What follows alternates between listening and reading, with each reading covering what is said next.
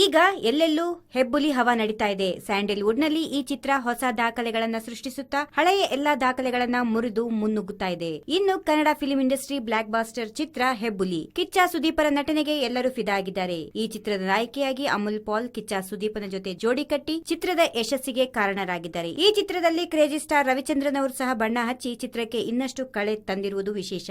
ಇದು 23 ಫೆಬ್ರವರಿಯಂದು ಬಿಡುಗಡೆಯಾದ ಈ ಚಿತ್ರ ಮೊದಲನೇ ದಿನದಿಂದ ಕಲೆಕ್ಷನ್ಗಳ ಸುರಿಮಳೆಯನ್ನ ಸುರಿಸಿದೆ.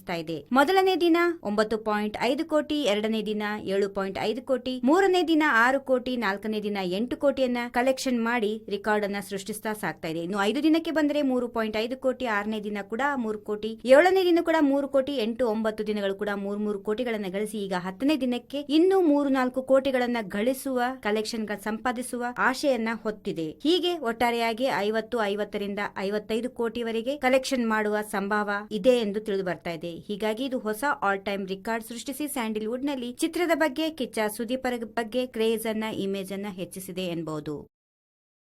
If you like this video ಬೇಗ ಲೈಕ್ ಮಾಡಿ, ಕಾಮೆಂಟ್ ಮಾಡಿ, ಶೇರ್ ಮಾಡಿ ಹಾಗೂ ಯೋಯೋ ಟಿವಿ ಕನ್ನಡವನ್ನು ಸಬ್ಸ್ಕ್ರೈಬ್ ಮಾಡಿ.